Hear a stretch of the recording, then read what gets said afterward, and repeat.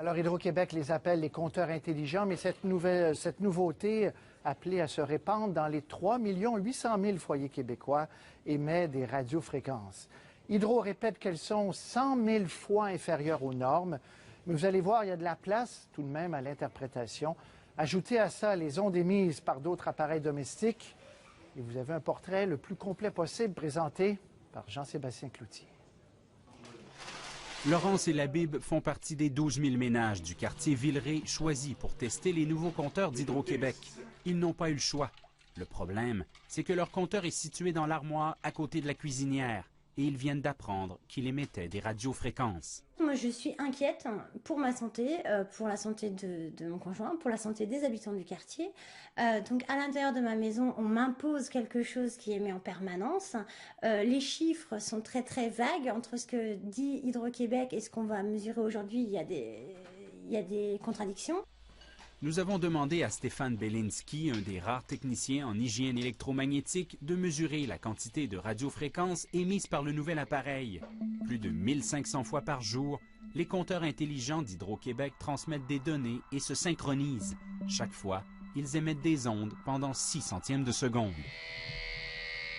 L'appareil de mesure a été placé à 1 mètre du compteur pendant 50 minutes.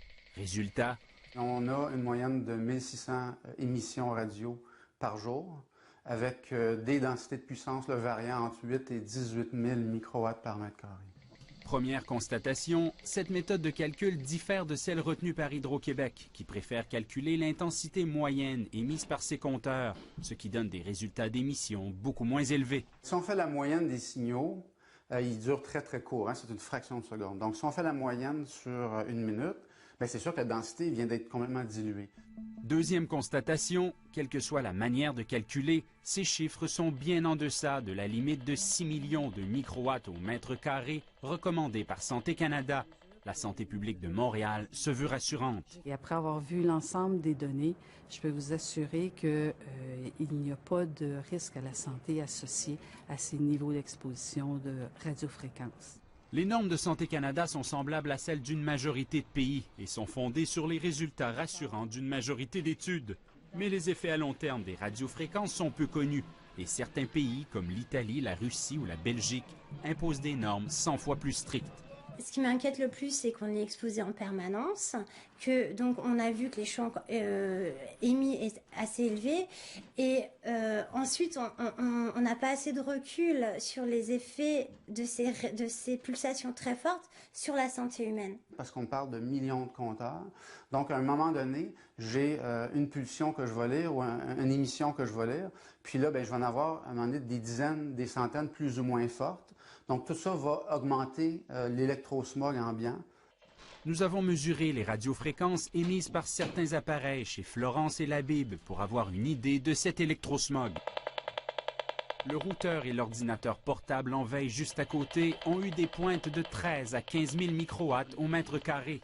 Recommandation, mettre un fil au routeur ou l'éloigner du portable. Le micro-ondes, lui, émet jusqu'à 20 000 microwatts au mètre carré, mais c'est seulement quand il est en fonction. Non, j'espère pas non plus. Le téléphone intelligent de type BlackBerry a émis quant à lui 3 000 microwatts au mètre carré et le téléphone sans fil de la maison jusqu'à 55 000 microwatts au mètre carré. Recommandation, les tenir le plus loin possible du corps et utiliser un téléphone avec fil pour les longues conversations. C'est vrai que c'est très impressionnant, je découvre à quel point ces outils en fait émettent des ondes, mais au moins ces outils-là, moi je peux les contrôler. Je peux éteindre mon Wi-Fi, je gère mon téléphone, voilà, ça c'est des choses que je maîtrise, tandis qu'un compteur, il m'est imposé, je ne peux pas le bouger, je ne peux pas l'éteindre.